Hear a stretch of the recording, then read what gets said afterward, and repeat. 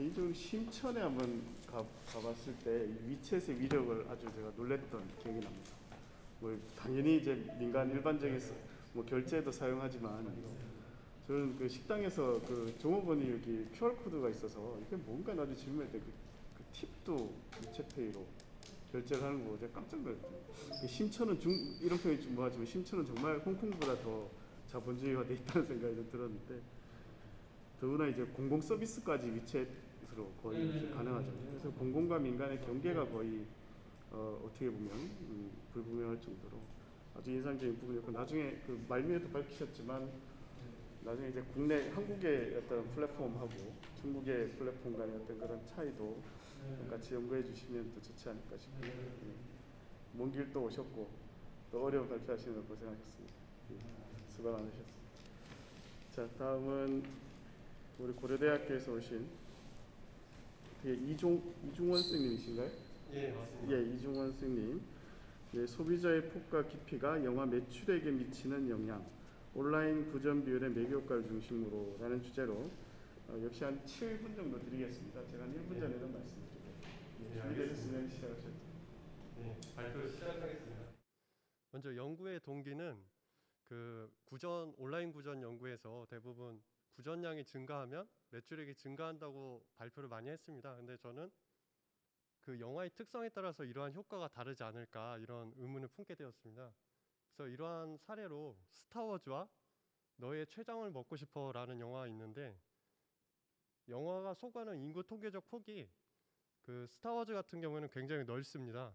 굉장한 그 많은 매스미디어적인 속성을 띠지만 너의 췌장을 먹고 싶어는 일본의 그 애니메이션이거든요. 거기서 이제 도서가 이제 원작인데 이런 경우에는 20대와 10대 남성에게 집중이 되어 있습니다. 이럴 때 두 영화가 비슷한 수의 리뷰량을 가지고 있다면 그 과연 그 효과가 같을지 그런 것들을 한번 연구해 보고 싶었습니다. 그래서 제품이 소구하는 폭과 깊이의 효과라는 그 문헌을 이렇게 찾아보다 보니까 그 연령을 통해서 영화 시장을 이렇게 그 시장 세분화 전략을 이제 분석하는 연구들이 있었는데 그 연구를 토대로 그 인구 통계적 그 연령대를 나눠서 그 연령대에 얼마나 그 평점의 차이가 큰지 이것을 폭으로 보았습니다. 그러니까 한 영화의 그러니까 한 연령대에 그 평점이 가장 높고 나머지는 낮다면 그 영화는 틈새 시장을 노리는 걸로 이렇게 본 것이고요. 깊이는 그 가장 높은 점수를 봤는데 이것은 이제 팽의 연구에서 그 소비자 자산의 깊이를 그 소비자를 얼마나 그 만족시키느냐 이걸로 평가를 했기 때문에 이렇게 측정을 하였습니다. 그리고 두 번째로 온라인 구전 비율이라는 변수를 도입했는데요. 그 선행 연구에서 제가 말했던 것과 같이 똑같은 리뷰량이라면 그 틈새 시장에 소구하는 영화의 그 리뷰량의 효과가 더 강할 것이다. 이런 연구 결과가 있어서 이런 것들을 반영하는 지표로 구전 비율이라는 지표를 사용했습니다. 이거는 그 온라인 전자상거래 전환율과 비슷한 그 계산 공식인데요. 리뷰량을 관람객 수로 나누어서 실제 몇 명이 본 사람들 중에 몇 명이 리뷰를 썼는지 그 비율을 이렇게 보여주고 있습니다. 그래서 연구 모델은 다음과 같습니다.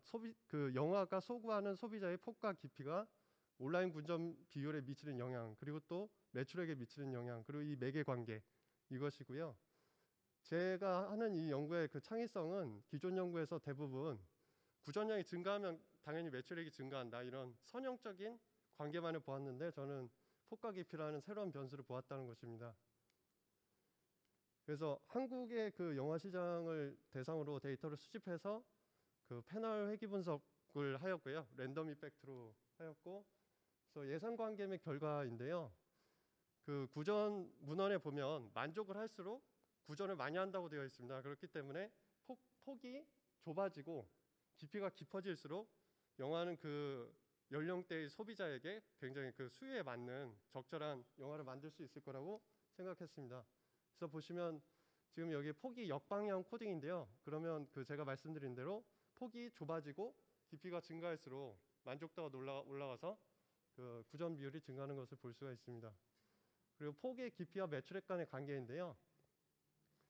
뭐 다 설명을 할 수는 없는데 그 폭이 넓어지면 제가 좁아지면 이제 구전 비율이 증가하고 이런 효과가 있다고 했는데 그렇게 되면 이제 소비자 기반이 좁아집니다. 틈새 시장을 공략했을 때 그 소비자들의 만족을 얻을 수는 있지만 그 소비자 자체가 적어지기 때문에 비선형적 관계를 예측했습니다. 그래서 실제로 보니까 깊이의 경우에는 그 U 쉐입이 나오고 그 폭 같은 경우는 인버티드 U 쉐입이 이렇게 도출되는 걸로 보았습니다. 그리고 온라인 구전 비율 같은 경우에도 그 비선형적 관계를 예측하고 있는데요. 여기서 다른 것은 티켓팅을 하는 사이트의 구전과 그 소셜 미디어 구전 사이트의 차이입니다. 그래서 소셜 미디어 그 뭐 페이스북이나 이런 것들의 경우에는 제가 페이스북 그 데이터를 수집해서 이제 연구를 했는데요. 그런 경우에는 영화 관람을 고려하지 않은 소비자까지 소구를 할 수 있기 때문에 이런 인버티드 U 쉐입이 소셜 미디어가 U 쉐입이고 영화 그 예약 사이트가 인버티드 U 쉐입이 나오는 걸로 이렇게 분석이 되었습니다. 그래서 확실히 소셜 미디어의 효과가 더 높게 나타나는 걸로 그렇게 나왔습니다. 그래서 결론은 폭과 깊이가 영화 매출액에 미치는 영향은 비선형적으로 나타나고 있고요.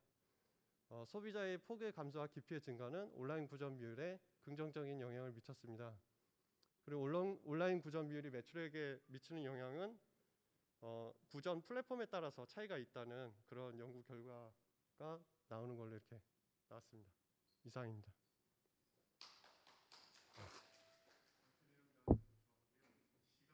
해주셔서 더더욱 감사합니다. 상당히 흥미로운 내용인 것 같습니다. 저 내용을 보면서 저는 어디에 속해 있나라고 한번 생각을 해봤는데 아마 앞으로 이게 지금 발표자 혹시 이게 일반 영화관에 상영하는 거랑 요즘 OTT 같은 것에 대한 부분은 별로 영향이 없는 건가요? 그 영화관에 상영하는 것만 그거 말씀 거죠? 근데 앞으로는 아마 OTT가 훨씬 큰 시장이 될 것 같아서 그것도 한번 고려해 주시면 어떨까 싶은 생각이 듭니다.